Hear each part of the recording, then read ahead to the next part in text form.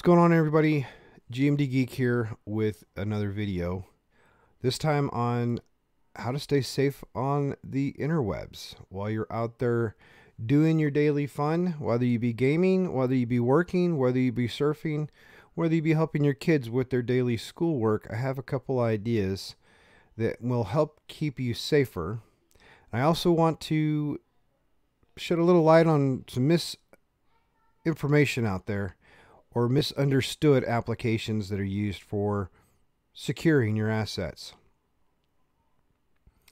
First and foremost, when you're out on the webs, we unfortunately as humans are the weakest point in any security that you might have. It's because we can be enticed to click on something. We can be up at 1 o'clock in the morning suffering from insomnia and our brains won't shut off and we have to have something. Could be in a rush for something and we Google it or we do a search on it, whatever your method is, and you click and it happens. Or it can be the holiday seasons and you get an email, hey, your package is delayed.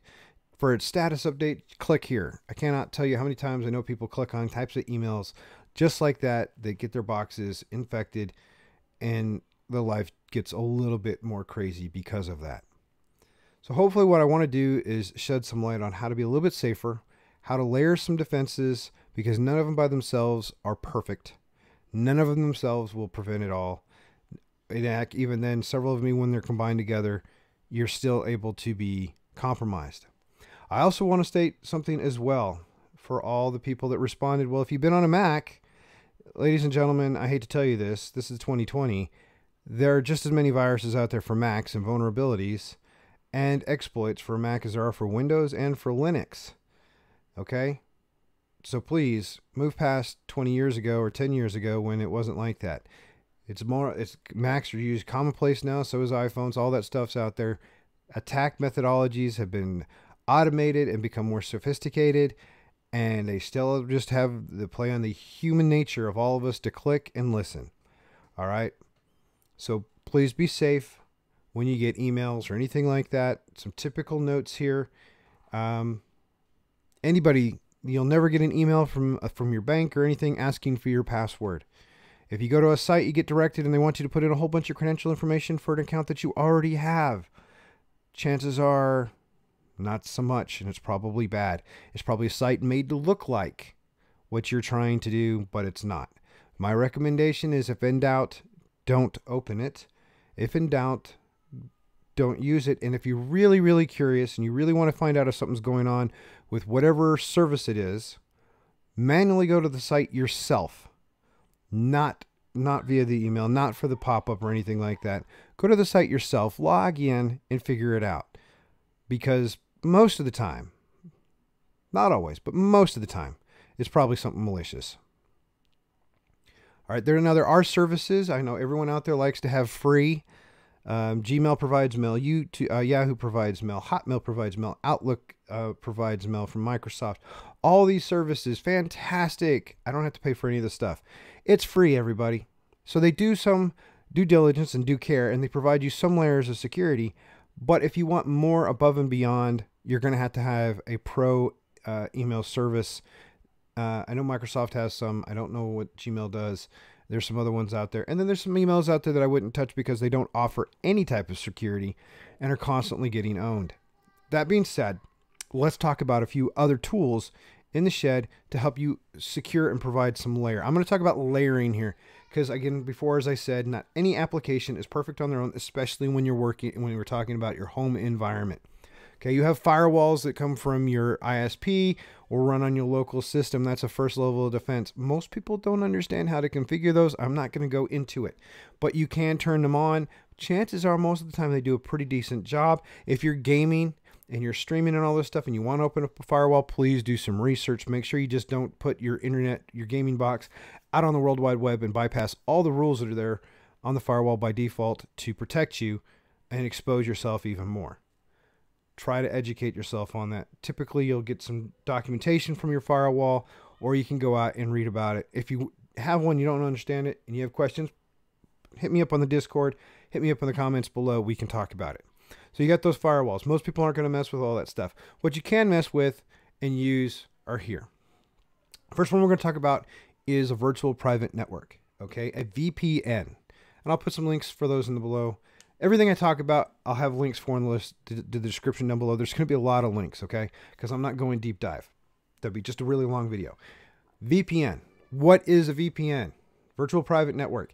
This is used to establish encryption between 2 points, either your mobile device or your laptop or whatever, and the service that's providing your encryption, your VPN connectivity. This lets you do whatever you're doing on the network. You've got point A to point B. All that data is encrypted and not in clear text. Many sites you go to, that is encrypted, so it's good. But like if you go down to your favorite coffee shop, you're getting a donut or a bagel, maybe a salad, some water, coffee, whatever, and you sit down and you're using their free Wi-Fi. Sometimes a lot of your stuff is clear text. And if I got a bad actor sitting there inside that restaurant in a patio and he's got a we call a sniffer to pick up all these packets going back and forth, they could technically glean enough information about you. If you're maybe going to your banking side, you're doing all this other stuff, they could technically, given enough time and resource there, acquire enough information to ruin your day. So a VPN helps protect you on those Wi-Fis that are open to the public, or if you're going around and about, even if you're on your mobile device and you're sitting there, you're still clear text a lot of times because you're just your phone providing it. You're not on the same network. It makes it more difficult, but you can use a VPN. I use one on my phones from out and about, and I have one, some of my systems when I'm going around, I'm always on a VPN just because I like to encrypt all my data packets, as well as sometimes I need to be able to hop back and forth. My family is international, so we do occasionally pop on to internet rails inside of Japan or inside the Philippines.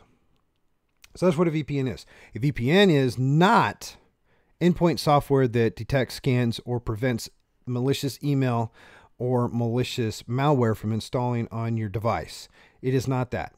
VPN is a method for securing your data and preventing eyes from being able to easily read it while it is in transit, okay? It's not anti-malware. The next thing I want to talk about is the misconception with antivirus software. Just because you have antivirus software installed on your box, whether it be McAfee or Norton or Symantec or Windows Defender, whatever it is, none of those applications are 100% perfect.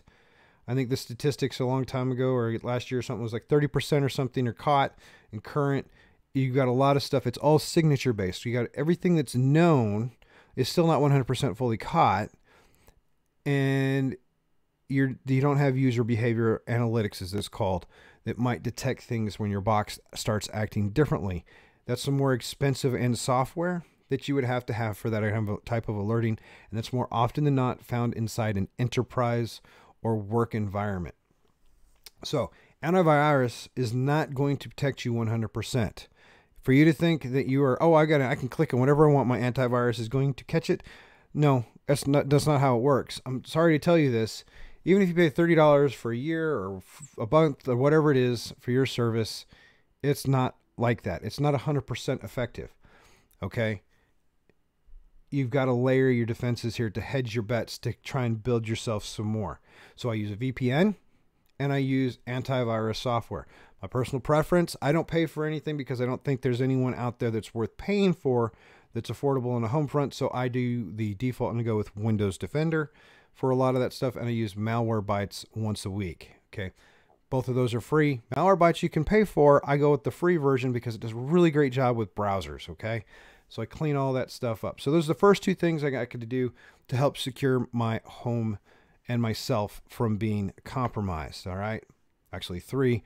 When we go back to talking about the fact when you get your emails, your personal stuff, and you're clicking around, just be careful what you're clicking on.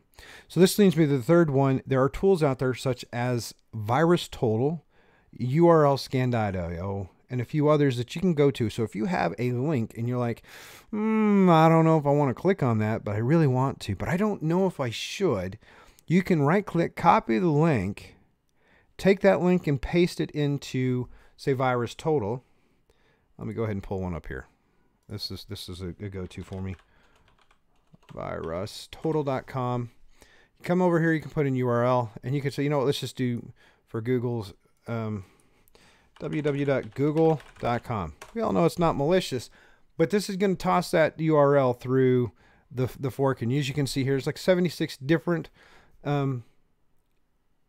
vendors that checked and said, yes, according to us, there's nothing found malicious about it. Okay. So you can use this tool to say, okay, I'm not so sure. The same thing is true. If you have a file that's been downloaded and you're like, I don't know, I don't trust it. You can come to file and you can upload it, and they'll scan it and tell you whether or not, it's malicious or not. So, let's go right here. This is the software control for IQ. Okay. And right here, you can see, no, it's good. We're all right. You can scan files that way. All right. Doesn't cost anything. That's something else you can do. If you're really trying to figure out, am I going to be secure or not? You want more about that? Let me know. We can talk. Again, there's other sites you can use as well. So far we've talked quickly about VPN. It's not a malware scanner. It does keep your data safe, well, encrypted while in transit where you're at and when you're on the go, to help prevent prying eyes from seeing or understanding or gleaning things like credentials, your username and passwords. Okay. We talked about antivirus software. It's not perfect, y'all. It won't be. Not for a very long time, not until we change our nature and get away from just looking at signature based, which is reactive. Is there a rule that's been created to identify this hash value or this type of software? And more behavioral analytic, more driven that way. And even then, there's always going to be people out there that find ways to get around all that stuff. So VPN, antivirus software, safe practices when you're getting an email. Hover over the link if you're not sure about it. If it changes, don't use it. If you want to really find out if it's good or not, then you can go here and run it through Cyflake's VirusTotal. As a note, the attack that was used against my friend that compromised his YouTube account, the URLs that were sent to them, and this is when there's just different levels of attacks. Most people just get regular social engineering. They just want to do minor stuff. These people had a very specific goal in mind and targeted him. Their URLs that they used were well established. The businesses they disguised themselves as were well established for over 10 years. None of their stuff came back malicious. All right. So you have to layer the defense. There's not a lot out there, and especially as the attacks get more and more sophisticated, less likely you're going to do simple things to identify them. All right. The next thing that was talked about, well, if you would have had multi-factor or two-factor authentication, he would not have been infected. This is not true. He did have two-factor authentication turned on. It is not perfect, especially when that multi-factor authentication is used and shared across multiple platforms, okay? I'm not going to go into the details on that one. It gets technical, but in this case, there was two different platforms involved. The multi-factor that was used on one applied to the other, so the credentials were stored or cached, and when they ran their application that they were able to get on the box somehow, what that did then was take that, harvest the credentials, and then they were able to use it that way. All right. So multi-factor, the way it works, this is something that you have and something that you know. That's typically the two-factor, and you can do more. The more you add to it, the more multi-factor means of authentication you get. Typically, you have a user, you log into your Gmail account or something like that. Most users just log in a username and a password, and they're like, well, I'm good. And yeah, no. So two-factor, for most of the stuff, you can go to Google, you can go to my Twitter, you can go to Discord, you can go to Facebook, Instagram, all that stuff. And they all have instructions for how to turn on two-factor. You can install an application on your phone. I found that this might be, most of the time, this is not the best method, but it does work. And the reason I say that is a lot of people they get a new phone and they don't want to have to go through the hassle of setting up the application all over again. So many of these companies have realized this as well, and they just send you a code via SMS text message. So this means that if in order for me to log into a new device, to my Gmail or to my Hotmail, or I don't know if it's Hotmail, I don't use Hotmail, but any one of those ones, if I want to log into it, I have to have my username, I have to have my password, and when I log into them, I also have to have the code that's sent to my phone, and I have about 60 seconds to put that code in because that code changes. All right, it's only good for a short amount of time. So I have to be able to get into my account that quickly. If I don't have my phone with me, I'm not getting logged into a new device. or on these ones for that fact, because when I close my browsers, I clear cache and I clear passwords. So nothing is saved. None of my credentials stay resident ever. Some people don't like that. Some people disagree with it, call it a little bit paranoid. It's just the nature of what I do and how I've been doing this for over 17 years as a cybersecurity analyst. I just don't like leaving it in there. I'd much rather go and put my username and password and look down at my phone and put the text with the code in. Now you can even add more to that one. A lot of devices now, like your laptops and your phones, they have the thumbprint scanners or fingerprint scanners. You can make it even more sophisticated, so where if you're trying to log in, it requires a username and password, a number that's sent to you via an SMS, and then maybe you could even go as far as fingerprinting or biometrics, as it's called, whatever you want. The bottom line is there's multi-factor authentication. Is it perfect? No, it is not. This again is evident as what happened to my friend yesterday. It does help though, and especially the multi-factor one does really, really help to prevent your credentials from being stolen, resulting in your accounts getting compromised.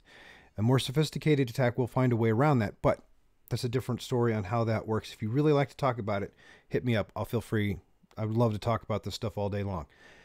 But, so we're talking about layered approach. I'm going to do a quick overview here. VPN for while you're on the go. Antivirus, get a decent one. Doesn't matter. Doesn't have to cost anything, but get one. Keep it up to date. All right. Multi-factor, when and if possible, on any of your accounts, enable multi-factor. All right. Those three things layered together, especially antivirus and multi-factor, are really going to help you secure your system. The next thing is on your Windows box, almost everyone out there only uses one account, and that account is an administrative account. That means they log into their box and they have full admin rights. Okay. On my asset, I run, on all my devices, I run two different accounts. I have a user account that can't do anything other than use the computer. And then if I have to install or make a configuration change, then I need to run as an administrator. And then I go to that admin account. This provides a layer of security that says, even if I do accidentally click on something or go to a site that's trying to hijack or run something in the background, I don't have sufficient privileges on my local box to make that happen. And if they want to do so, they need to run as an administrator. And then all of a sudden they have to get another set of credentials. And those credentials not only require a username and a password, but actually a physical device that's plugged into my box to work, because there's an encryption key on it that makes that authentication work and everything else. So there's different ways you can really secure it. That one there, you don't have to do it at that level, just two different accounts, one for everyday use and one as administrator. That makes it more secure. So there's some things you can do. Locally while you're at home, decent antivirus application. All right. Multi-factor authentication whenever and if at all possible for any of the softwares that you use, especially since our software is a service in the cloud and you can go anywhere and get to them virtually from any device. Make sure you got the two-factor authentication at least turned on. That will help prevent people from getting on, say, that are in another country. All right. Then don't run as administrator. Create two accounts on your box. If you got questions about how to do that, let me know. I'll try to put a link to some tutorials that are out there. There's lots of ways. Microsoft does good write-ups on it. Don't run as admin, okay? Be leery of all the emails you get out there, okay? I hate to say this a lot. There's so much spam out there. There's so malicious content, bad content, especially like now with all the human malware going on, Corvid, all this stuff. It really is a shame that people leverage that stuff maliciously. So be very leery of what it is. You can use tools such as VirusTotal or URL scan to see if it's malicious or not. Keep yourself safe. Layer your defenses. By themselves, none of them are perfect. Together, they're still not perfect. But again, layer your security, okay? The more you have, the better off you are. You're not going to be 100% safe, but it does hedge your bets. You can also go out if you want to learn about things. There's lots of different sites out there about how to be safe on the web. I love going to SANS. I'm a big SANS fan. They teach a lot of guys like myself how to be better analysts, better security guys, but they post and host a lot of just whole different types of webcasts. Some of them are really deep dives. Some of them are not. Some of them talk about some of the things that have happened in there. You can go to their archive to see talks that have been in the past if you're trying to kill some time. And everything while that's loading. They also maintain what's called the Internet Storm Center, where they're talking about the daily incidents, and they do deep dives if you really want to get your geek on and see all of that. But there's those. Links will be in there in the description below for those, as well as some links to where to go to get instruction on how to enable two-factor authentication. Okay. End of the day, everybody, I want everyone to be safe, be secure, and not have to worry about being compromised, okay? So just take it easy while you're on the web. Don't overreact. Take your time and be safe. And if you've got any questions, want to talk about it, hit me up in the Discord, hit me up in the comments below. I'd be more than happy to talk about it. You guys are great. I hope everyone has a great day. Be blessed. Take time with your family, your significant others. Stay safe out there. And until next time, y'all have a great day.